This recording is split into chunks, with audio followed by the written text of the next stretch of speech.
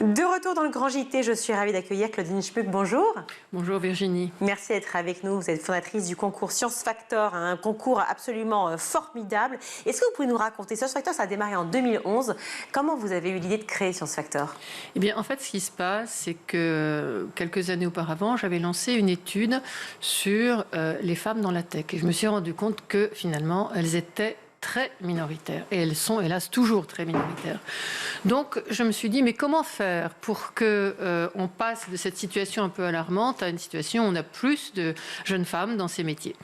Et donc, j'ai décidé de monter ce concours Science Factor en faisant appel à leur sens, leur goût de l'environnement, de soins aux autres, de l'attention aux autres. Et donc, c'est un concours d'innovation citoyenne où on leur demande de nous présenter des projets au service de tous. Mercredi 20 mars, journée nationale Science Factor, 7 innovations scientifiques et citoyennes de l'année, donc vont être toutes pilotées par des filles, oui, puisque c'est les filles qui sont à l'honneur. Évidemment, les garçons sont aussi les bienvenus, au contraire.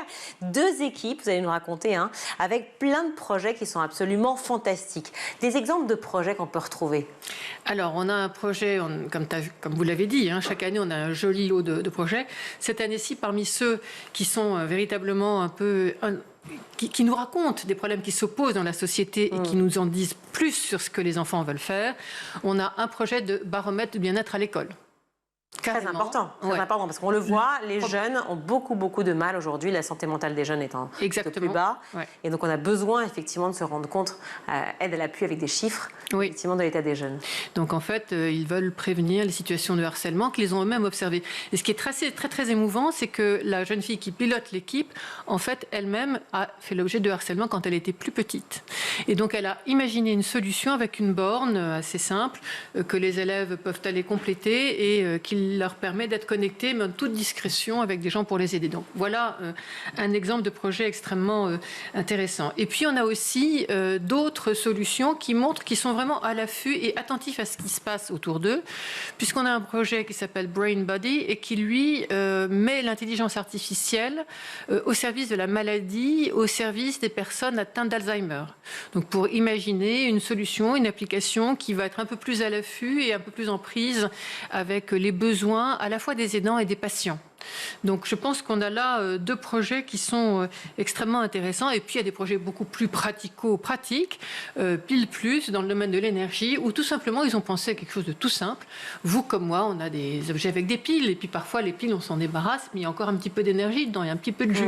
Donc ils ont inventé une solution pour récupérer l'énergie qui reste dans les piles usagées et la réutiliser, la stocker, la réutiliser. Très ingénieux en effet. Si on parle par exemple du projet sur Alzheimer, est-ce que ces jeunes ont été accompagnés par des chercheurs, des scientifiques pour pouvoir réfléchir au mieux ce projet? Alors ça va être ce qu'on va faire s'ils sont lauréats. On va les accompagner de cette façon-là, absolument.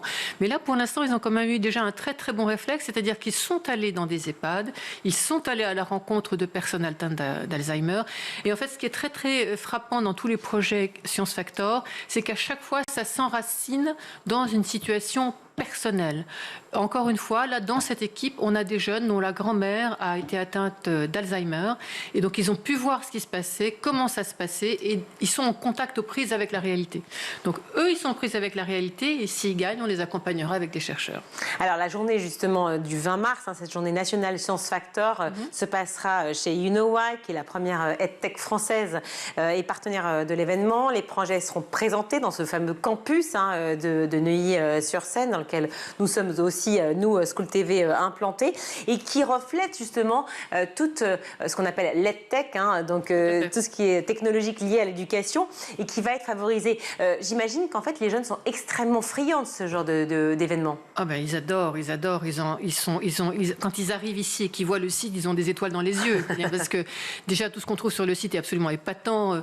Toutes les web radios, les projets, les ateliers qui sont à côté sont absolument merveilleux. Votre infrastructure est très stimulante. C'est un environnement extrêmement stimulant pour les jeunes. C'est un privilège d'avoir You Know Why à nos côtés comme partenaire de notre concours. Alors comment, effectivement, Science Factor contribue à promouvoir la diversité et l'inclusion dans le domaine des sciences de la technologie à travers Science Factor? En fait, il se trouve que on a été repéré par des structures qui nous ont décerné, pas un prix, mais qui nous ont reconnu comme une bonne pratique, qui ont voulu voir se développer en France. Et du coup, Et c'est vrai qu'on a lancé en 2023 un projet très ambitieux qui fait qu'on a lancé une exposition sur les femmes de la tech qui innovent pour nous, qu'on est en train de déployer dans toute la France. Et en l'espace de 18 mois, on a eu une appétence des collèges extrêmement forte, collège REP, zone rurale. Et on a à peu près 600 collèges qui accueillent l'exposition parce qu'on a plein de jeux d'exposition qui transitent dans toute la France. Et c'est un premier pas pour éveiller les élèves, avec l'aide de leurs professeurs, au rôle qui peut être celui des femmes dans la tech. Alors, par exemple, moi je ne suis pas très bonne en sciences, mais en revanche ça me passionne. Est-ce qu'il faut être bon en sciences, donc très bon étudiant, pour pouvoir participer à Science Factor? Non, pas du tout. Il faut être sérieux, il faut être persévérant. Et d'ailleurs, c'est assez frappant ce que vous dites, vous tapez juste, parce que c'est vrai qu'en réalité, on voit que beaucoup de jeunes filles, même, par exemple même dans les écoles d'ingénieurs, disent « j'ai fait ces études parce que j'étais passionnée par ce que je voulais faire, que ce soit dans l'environnement ou dans d'autres domaines, et les professeurs m'en ont dissuadée parce que je n'avais pas un niveau assez élevé. » Et elles avaient un gros complexe. Et puis finalement, il s'est avéré que c'était des très bonnes élèves parce qu'elles avaient cette capacité à s'accrocher, cette persévérance et cette volonté d'aller plus loin. Donc il ne faut pas forcément être la meilleure, il faut par contre être très solide, être persévérant et être quand même un minimum rigoureux. Comment réagissent les jeunes garçons lorsqu'ils voient qu'ils sont pilotés par des filles? Alors j'imagine qu'ils ne vont pas vous dire oh, ben non, ça nous embête, etc. Ou alors au contraire, une évidence, c'est formidable, la parité, etc.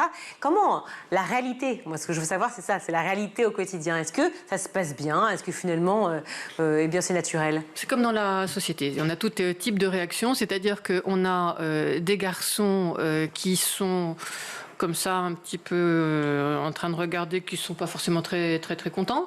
Mais on a en même temps toute une génération qu'on est en train de découvrir petit à petit et qui est plutôt en train de se dire « Ah mais oui, mais comme elle est chef d'équipe, ben, je l'ai écoutée, elle nous a fait évoluer le projet d'une manière à laquelle je n'aurais pas forcément souscrit au départ, mais on va aller dans cette direction. » Et donc on voit que c'est l'avantage de ces équipes mixtes, c'est-à-dire qu'ils apprennent à travailler ensemble. Et c'est pour ça que je crois beaucoup à ces méthodes un peu où on a à la fois des garçons et des filles qui travaillent ensemble, parce qu'il faut que les garçons apprennent à respecter les filles apprennent à se faire écouter et elles se sentent parfaitement légitimes pour le faire. Et c'est ça qu'il faut réussir à faire passer comme message sur ces sujets. Alors, qu'est-ce que vont gagner les lauréats 2024 ? Ils vont gagner 250 € de chaque cadeau, ce qui, à cet âge-là, est sympathique. À tout âge, hein. Oui, tout à fait. C'est vrai, vous avez raison. Ouais. Et puis ensuite l'accompagnement pendant au moins 1 an, parfois 2 ou 3 ou 4 ans. Donc on les invite ensuite tous les ans à Paris, à travailler avec des experts, des chercheurs comme ce que vous évoquiez, et à ensuite rencontrer des gens de BPI France, qui est un de nos partenaires phares, pour leur donner des pistes sur comment développer leur projet. Donc à ce titre, par exemple, je suis très contente parce que ce qu'on va dévoiler oui, allez-y. En avant-première. Allez-y. Ce qu'on va dévoiler quand même mercredi, c'est qu'un projet de lauréat de l'an dernier, qui était des mômes de Martinique, qui avaient inventé un filtre par gravité média séparée, censé filtrer le chlordécone de l'eau, parce que vous savez qu'on a un gros problème en Martinique avec le chlordécone. Ça pollue, et ça pollue. Moi, j'en avais pas conscience avant de recevoir le projet à ce point. C'est-à-dire que l'eau qui dans les sources ne peuvent pas être utilisées par les habitants. Donc, il y a un vrai problème de pénurie d'eau parfois. Et il suffit qu'il y ait une grande tempête, etc., ou un ouragan, tout est coupé. Donc, l'enjeu de trouver une façon de filtrer le chlordécone dans l'eau, c'est résoudre un problème, notamment en temps de crise, un problème grave pour eux. Bon, alors on a reçu ça, on était fascinés par l'idée, le fait qu'ils aient l'idée, mais ça y est, on a reçu la semaine dernière les résultats du laboratoire Terrana, qui est le seul en France expert sur ce sujet. Et devinez quoi ? Il finance ? Les résultats, chlordécone filtré à 100%. Résultats...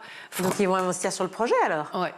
Génial. Ça veut dire que ces jeunes-là vont pouvoir inventer en fait un projet qui va ensuite se poursuivre à la suite de leurs études et pouvoir aider en l'occurrence, enfin on l'espère. Oui, en fait, ils ont créé une association pour réussir à la faire avancer, mais oui, absolument. Donc ils ont une solution qui peut être probante pour la Martinique, mais pas que, pour toutes les Antilles et pour beaucoup d'autres pays où on a ce problème de chlordécone qui se pose avec des filtres pas chers du tout qui permettent de résoudre ce problème de pollution de l'eau. On parlait de l'inclusion, c'est aussi un sujet qui vous est cher. Oui. Une façon de pouvoir dire aussi que tous les enfants ont accès évidemment aux sciences bien entendu et à ce concours en particulier. De quelle manière vous pouvez les inclure justement dans ce projet ? Alors en fait, ce qui se passe, c'est que de facto, le process même du concours fait que ça fonctionne très très bien. C'est-à-dire que volontairement, j'ai fait un processus de participation au concours simplifié et dès lors, on a actuellement une très très forte proportion de collèges en zone REP, REP+, qui participent. Donc beaucoup d'enfants issus de milieux sociaux défavorisés participent. C'est même une des caractéristiques du concours. Je crois qu'aujourd'hui, on est le seul concours au niveau scientifique et technique qui puisse revendiquer le fait d'avoir autant d'élèves qui sont issus de ces milieux sociaux défavorisés parce qu'on a un processus de participation simple. Et ce qui est fascinant, c'est qu'ils font la démonstration de cette capacité à innover. On n'a pas besoin d'être le meilleur de la classe pour réussir. Au contraire, mais il faut par contre une certaine forme encore une fois, de rigueur, de persévérance, etc. Et l'autre élément, c'est qu'on a aussi créé à la demande de Soprasteria un concours pour, un prix pour les élèves en situation de handicap. Et ce prix, donc là aussi, présente la caractéristique de fonctionner sur la mixité des élèves valides aux côtés d'élèves qui ne le sont pas, et ça donne une dynamique formidable. Une dynamique formidable de groupe, j'imagine. Quelles sont effectivement toutes les qualités que l'on va rechercher chez ces jeunes et qui permettent une innovation, en tout cas un élan novateur très fort?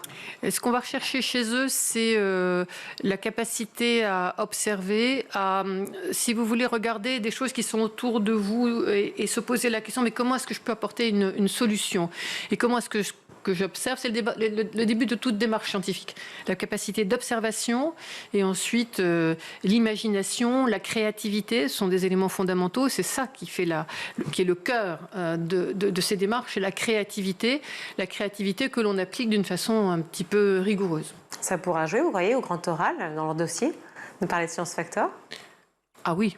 Enfin, c'est pas que ça pourra jouer, mais en tout cas, ça les aide beaucoup. Et c'est vrai qu'un des gros avantages de Science Factor pour le moment, et jusqu'à présent, c'est que tous les élèves qui sont passés par Science Factor, en 3e notamment, ont des super notes en brevet parce que ça les familiarise avec tout un processus de travail sur projet.